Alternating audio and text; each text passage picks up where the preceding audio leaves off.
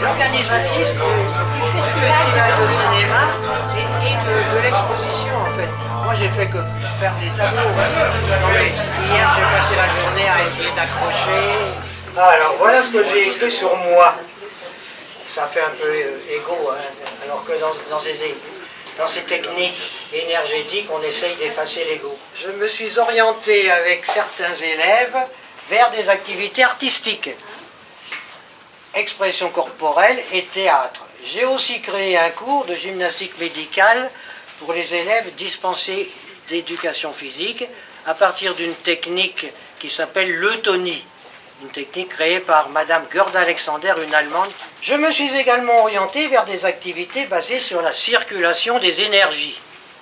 Entre parenthèses, tout le monde parle d'énergie, mais c'est du concret quand même, comme le Qigong. Qigong, ça veut dire travail de l'énergie. Le Kinomichi, c'est dérivé de l'aïkido. Le Kinomichi, ça veut dire la voie de l'énergie. Et puis un jour, en 2005, j'ai assisté à une démonstration de Sumie. C'est le terme de cette peinture, du professeur Robert Faure. Séduit, je me suis inscrit à ses cours et stages, cet art s'inscrivant dans le même courant de pensée que mes autres activités, entre parenthèses, sincérité, générosité, souffle et spiritualité. Chan et Sumie sont deux termes pour définir la peinture à langue de Chine, Sumie étant le terme japonais. La démarche de la peinture Chan en Chine accorde une grande place à la méditation. Cet art rencontre respect et enthousiasme au Japon, donc après ça s'est allé au Japon. Le Sumie ne cherche pas à reproduire le réel, mais à le suggérer.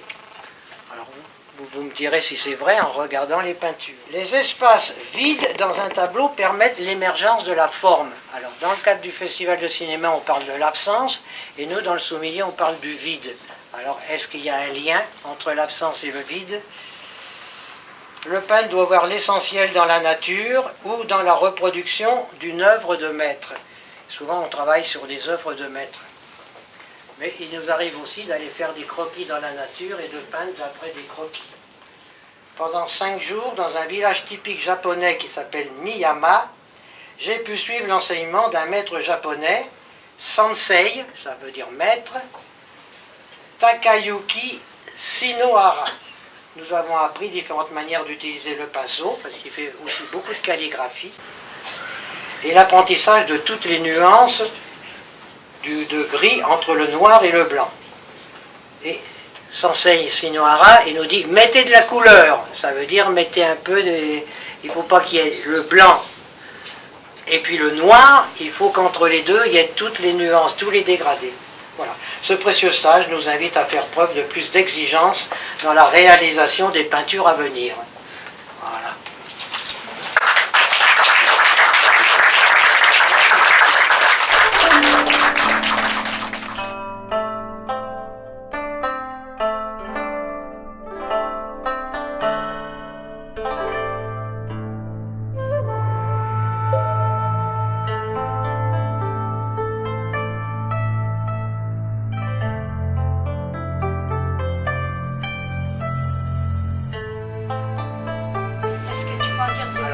Nous travaillons sur papier de riz. Ouais. Il y a différentes qualités. Bon, souvent, le papier de riz qu'on utilise, il est très fragile et puis il diffuse beaucoup. Donc, il faut des pinceaux mouillés, pas mouillés, secs, presque secs, etc. Et puis ensuite, au niveau de l'ancrage, on a de l'encre de Chine. On la reçoit, nous, en petits flacons, mais je suis allé au Japon, j'ai acheté tout ce qu'il faut pour faire moi-même avec un bâton d'encre, on l'a vu fabriquer d'ailleurs, et la pierre, on frotte le bâton d'encre sur la pierre et on fabrique son encre de Chine. Alors une fois qu'un tableau est fait, il est tout froissé, tout gondolé, parce que ça, entre le sec et le mouillé, tout le papier il est déformé. Donc il faut le maroufler sur un support qui permet d'avoir quelque chose de plat, d'uni. Alors on essaye de le faire, mais j'ai envoyé quelques tableaux. Ceux qui sont marouflés sur brocart de soie, là, ça vient de Chine.